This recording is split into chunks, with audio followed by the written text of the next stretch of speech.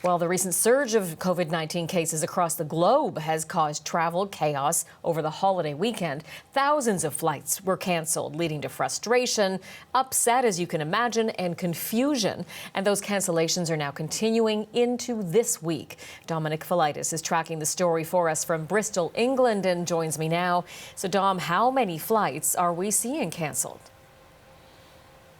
Yeah, good morning, Jennifer. I should point out that although the number of cancellations is a small percentage of the total, it is higher than usual for this time of year, which, as you know, is a particularly busy time. But the latest global figures we have show that more than 2,000 flights have already been cancelled today, while more than 4,000 flights, 4,314 to be precise, have now been delayed. And if we look at Canada's largest airport, Toronto Pearson International, as just one example, we can see from FlightAware.com that 31 flights in and out have been cancelled so far this morning, while 17 have been delayed. But it is, as I say, still early, Jennifer. Things could get worse as the day progresses, because yesterday, and again globally, we saw more than 3,000 flights cancelled and nearly 16,000 delayed. And when you look at the big picture, the Christmas period as a whole,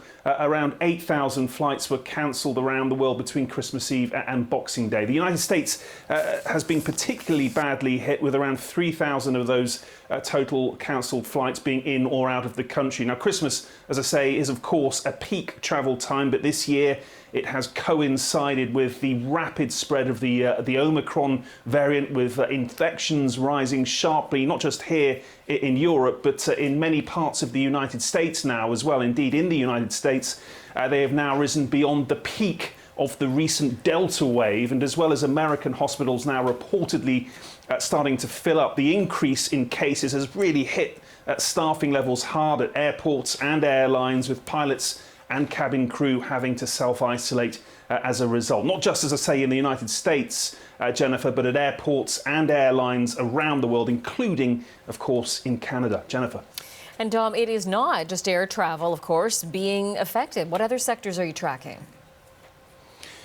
No, that's right. It's been widely reported this morning, Jennifer, that several cruise ships has been hit as well. You may remember this being a bit of a theme in the very early months of the pandemic, and we're hearing today how at least 4 ocean cruise ships have been either turned away from ports of call, or passengers on board them have been banned from disembarking in the Americas after reporting COVID cases on board. The situation, I should say, Jennifer, is not as bad as it was in early 2020, but it is a worrying development nonetheless. Jennifer. Dom, thank you for the latest. Dominic Filitis in Bristol, England.